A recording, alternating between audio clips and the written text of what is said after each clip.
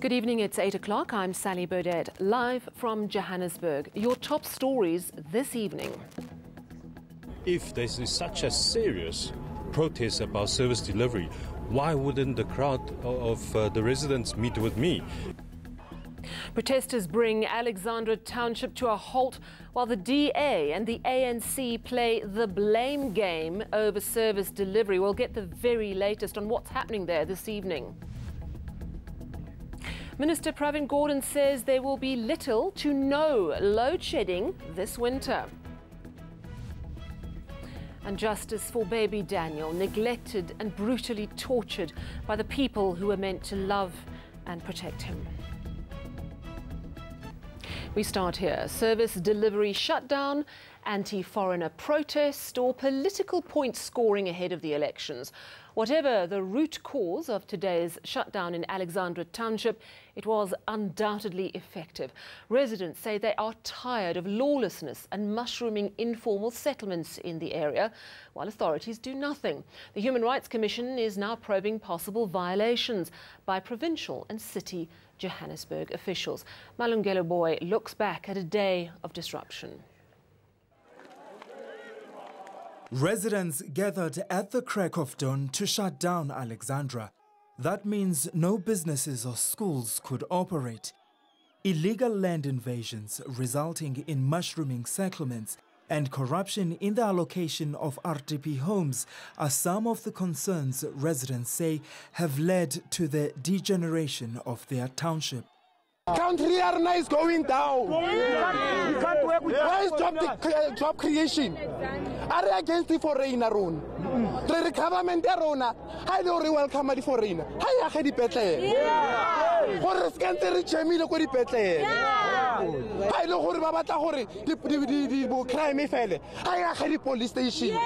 Protesters believe lawlessness and poor service delivery are hindering progress in their township. They are building in places which have been identified for other development except for residential. In a place where there is lawlessness, there is no opportunities. Residents say they'd sent a memorandum to the city of Johannesburg over their concerns in February. While Johannesburg Mayor Herman Mashaba blames the ANC for the problems in this township, residents have snubbed his public safety MEC. I don't understand why, if there is such a serious protest about service delivery, why wouldn't the crowd of the residents meet with me? You know, I was insulted by one of the leadership to say that I run a spaza department. These protesters have the backing of the ANC in the area, which has endorsed the shutdown, accusing the DA-led city of Johannesburg of failing in its obligation to provide services. At the same time, the Human Rights Commission has decided to investigate the residents' claims. Malungelo Boy, Alexandra. Well, tomorrow the protesters have vowed to shut down Sandton. Africa's richest square mile is a mere stone's throw from Alex. To tell us more about that is Lindele Masekane, who also spent the day in Alex. Before we get to what's going to happen tomorrow, we are getting some reports that things are kicking off again this evening in Alex. Can you confirm that? I can. It was a promise that was made this afternoon that they would continue protesting. When they did take that break, it was really just to energize again. But the police are on high alert, and it's small flare-ups. So at the moment, the situation is under control. No rubber bullets have been fired at this stage. The protesters say this is not an anti-foreigner protest. You've been on the ground all day. What is your sense of what's at the heart of this? You know what, Sally, I think the issue around the foreign nationals residing in these mushroomings of these illegal structures, as they call them, are really compounding the situation. So on top of it being a service delivery protest, it doesn't help that these illegal infrastructures are being occupied by foreign nationals, and they're being built under pylons and connecting to the water supply, which is also affecting the residents. So it's a number of issues which are really centered around service delivery, which may see foreign nationals then suffering the consequences of that. Now, what about Sandton tomorrow? I heard an interview you did a little earlier this afternoon where one of the protest organisers said to you, right, Sandton's in our sights for tomorrow. Is it going to happen? How serious is it likely to be? It seems it's definitely going to happen. We understand that they will gather once again. We don't understand at this stage whether there's going to be a plan to block the roads, the entry points into Alexandra again. But what we do know for sure is that the residents are planning to march to a regional office in Sandton, where they're going to demand to see Mayor Herman Mashaba, where they're going to demand that he addresses them and then accept a memorandum of demands. All right, well, I'm sure you'll be covering that tomorrow. Thank you very much for that update. Our reporter Slindile Masekane confirming that indeed there are some flare-ups tonight in Alex. Nothing too serious, we understand, at this stage, but obviously we will keep an eye on that story. Let's move on to some good news on the electricity front now. We may be paying more for power, but the lights will be staying on for the next 5 months. Today, Public Enterprises Minister Pravin Gordhan said there would be no stage 4 load shedding, and if there were any planned outages at all over winter, they will be very limited. Today's reassurance comes after last month's unprecedented stretch of stage 4 outages. We have as our aim that there should be no load shedding from this point onwards. But that is an aim. To get to that aim, we have to execute our plans and execute them at 110%, not even 100%. So that will take a bit of time to get going. But the other indication that we want to give the South African public, which also creates room for optimism and hope, is that if there is load shedding, and we'll show you how the Eskom team has arrived at some of these numbers, at the most we will see level 1 load shedding on a few occasions. A distressing story now, but some justice at least for little baby Daniel, who died a brutal and cruel death. His mother and her former boyfriend were sentenced today in the South Gauteng High Court in Johannesburg. Now, in December last year, the mother was found guilty of neglect, her ex-partner found guilty of the murder. Their names have been concealed to protect the identities of their other children who are now in care. Mia Spies has the story. It's been nearly 2 years since baby Daniel was found dead at his home after being severely beaten and burnt with boiling water. Now, those who were supposed to protect him have been sentenced for his death. His mother will spend an effective 20 years in jail for child neglect. Her former boyfriend has been handed a life sentence. The sentences that our courts impose when offences of this nature are committed should strive to ensure that people are not driven to take the law into their own hands, but rather to scare away would-be offenders. He was clearly unhappy with his hefty sentence. The sentences have been welcomed by the organisation Women and Men Against Child Abuse. So the sentence sets a precedence for the fact that if you're going to actively murder a child, you'll get life, and if you're going to allow that to happen, you'll get 20 years.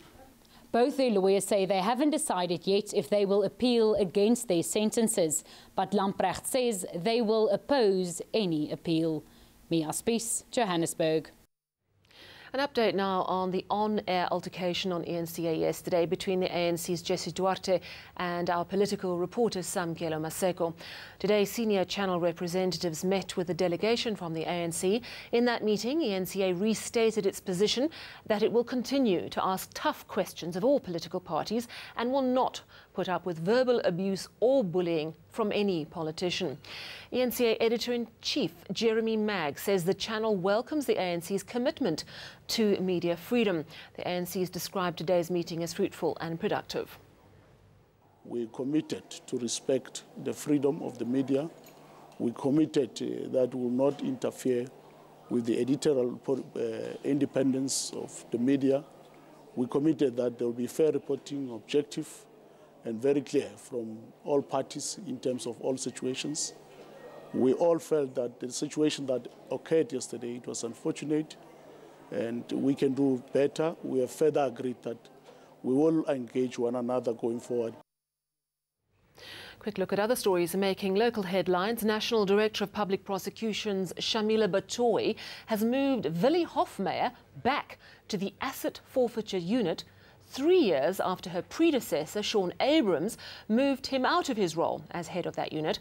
Abrams' decision to move Hofmeyer from the AFU to the Legal Affairs Division of the NPA was widely seen at the time as a demotion and an effort to weaken the unit. Ministers of Police Becky Cele, Home Affairs Siyabonga Cwele and Labour Mildred Oliphant today met in Durban with representatives of the Truck Drivers Federation. Now, this meeting comes after recent volatile protests. Some trucks were burnt, others blockaded KwaZulu-Natal's N3 freeway, which affected thousands of motorists. The protest stemmed from the alleged hiring of foreign drivers in the transport industry. Let's head on eNews. Floodwaters are receding in Mozambique, but families are now facing mounting challenges. And in your business news, the rand gained some ground today on hopes that the US and China could finally reach that all-important trade deal.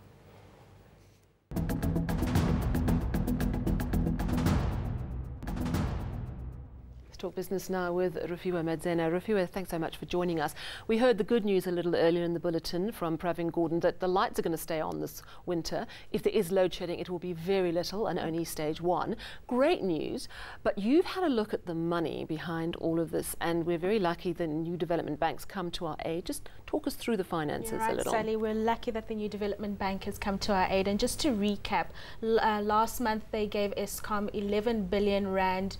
This is to fix Medupi, and then 2 days ago they gave 2.5 billion rand and said focus on developing the renewable energy space. The problem here though is that Eskom still needs more. So they've indicated Medupi, which is the strongest power plant, it's got capacity to provide about 4,800 extra kilowatts of energy should it be fixed, is that it needs about 18 billion to fix it.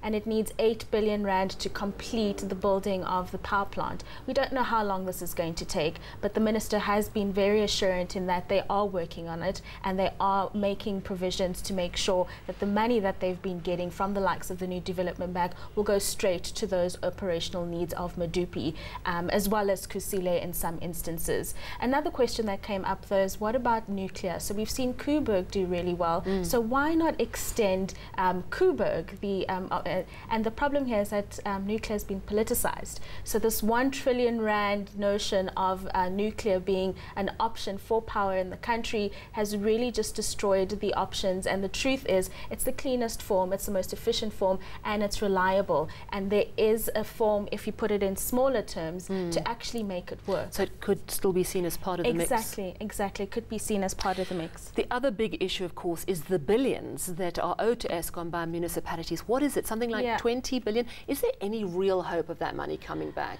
So the chief executive of Eskom indicated today that this is a political issue and now it falls onto government to make sure that these municipalities pay. Some staggering figures that were revealed by the minister today, Sally. He said that Soweto alone, which falls under the city of Joburg, owes about 17 billion. This will increase to 20 billion. This is one amount that 60 municipalities owe combined. So that about 20 billion that 60 municipalities around the country owe, Soweto owns on its own. And this is not going to get better. There are people that continue to default here. And even though they're putting in prepaid meters, it's still an issue there, Sally. So there's a lot to say about this one. And we're going to continue unpacking it. And defaulters will increase with increased prices, Absolutely, I am sure. Sally, that's right. Talk us through the markets today. Let's have a look at those markets, Sally. So a very beautiful day on the JSE today. It was on the brink of 58,000 points today, meaning that it closed 1.3% higher. So it was a great day for markets globally as reports surfaced that the US and China was 90% close to a trade deal. So sentiment was definitely risk on there. Onto the commodities front, the platinum price surging more than 2% higher, while we saw some retreat in that Brent crude price towards the end of the day. Earlier, it did almost touch $70 a barrel. If we take a look at the local unit now, the rand is 0.5% stronger against the dollar compared to levels that we saw overnight. Now, there is still some momentum from that positive note that we got from Moody's yesterday. Did you say a beautiful day on the market? It was a beautiful day on the market. You are such a numbers person. I would never have put beautiful and markets in the same sentence, but you have. Thank you very much. very much, Rufi. We'll chat again to you tomorrow. Let's move to international news now. In Mozambique, the floodwaters caused by Cyclone Idai starting to recede, but many families who've lost loved ones are battling to find their bodies and give them a dignified burial. In Mozambique, the floodwaters caused by Cyclone Idai are gradually receding.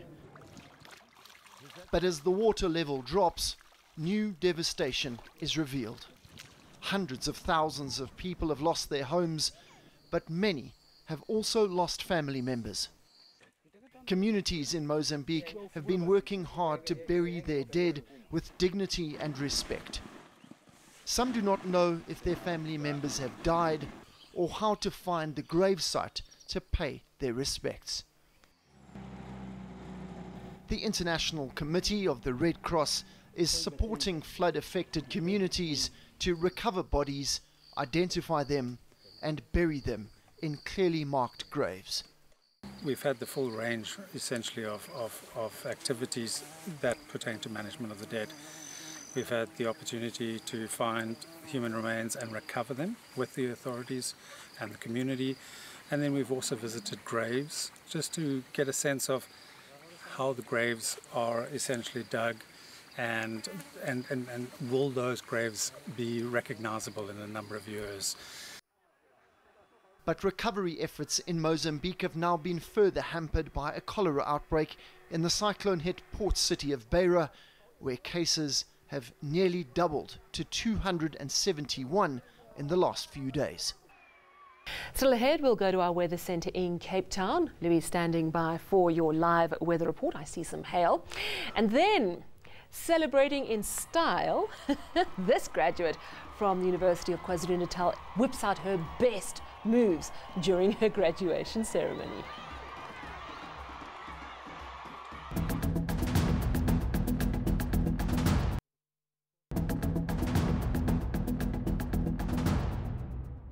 Let's get all your weather news now from Louis Fernandez. Good evening to you, Louis. Gosh, that's quite a dramatic picture behind you, all that hail. It is, Sally, as expected for today. It became very stormy in the Free State in the last few hours, and there were heavy downpours as well as hail, as we can see behind me, some significant hail having taken place in the province. And while it stays quite stormy for that area at the moment, things will start dissipating overnight. But we're keeping an eye on the western coastline. It's becoming foggy in that region as a cold front is fast approaching the area. That will make landfall around Cape Town during the course of tomorrow morning, bringing wet weather to the area. And those wet conditions spread further into the interior of the Western Cape and along the south coast. And then for the afternoon and evening, more thunderstorm activity for the central and eastern parts of the country. Taking a look at your city forecast, in the Northern Cape, a few thunder showers for Portsmouthburg and Kimberley, and with the front reaching this province, there could be light rain much later on in the day for Kimberley and Sutherland. That front could also bring a few rumbles of thunder to Langebaan as well as Cape Town, so don't be surprised if you see a little bit of lightning around, and the rain will spread across this province as the day goes on. That light rain could even reach Port Elizabeth, but only late at night. Other areas in the Eastern Cape potentially seeing thunderstorms, and temperatures will be rising across this area, including in KwaZulu-Natal, where it's going to be a hot day, and there is a fair chance that you'll see lightning and thunder in the province as well. Thunderstorms returning to parts of Mpumalanga. Skukuza, on the other hand, stays dry with a maximum of 34 degrees and a summer-like day expected for Limpopo, with temperatures climbing across the province where it stays dry. But for the northwest, there will be thunderstorms once again, especially towards the western parts, where a few thunderstorms could become strong, if not severe. And there is a 60% chance of thunder showers into the Free State, where those temperatures will be climbing into the mid-20s. And it will once again be a warm day in Gauteng, partly cloudy skies, and there is a 40% chance of thunder showers as well. A quick look ahead to Friday, and we're going to have thunder showers spreading north and eastwards, while cooler air makes its way up the east coast, with wet weather expected for the Eastern Cape and KZN. And then the weekend will start off wet in the north once again. KwaZulu-Natal staying cool, while temperatures will be rising in the west with lots of sunshine. That's all from the Weather Centre. Sally, it's back to you. Thank you very much, Louis Fernandez in Cape Town. And finally, the 2019 graduation season is in full swing, and for many the excitement is overwhelming. Take a look at Zandile Shange from the University of KwaZulu-Natal. Now, she had the crowd on their feet when she whipped out her best moves while receiving her degree this week. 21-year-old Shange, a BA Social Sciences graduate from UKZN's Howard College campus, performed a traditional Zulu dance on her way to being capped. Pretty fantastic. Let's just take a look at your top story this evening. Reports of some disturbances in Alex tonight. This as protesters gear up for Sandton tomorrow morning, threatening a shutdown there. From me and the team, it's a very good night.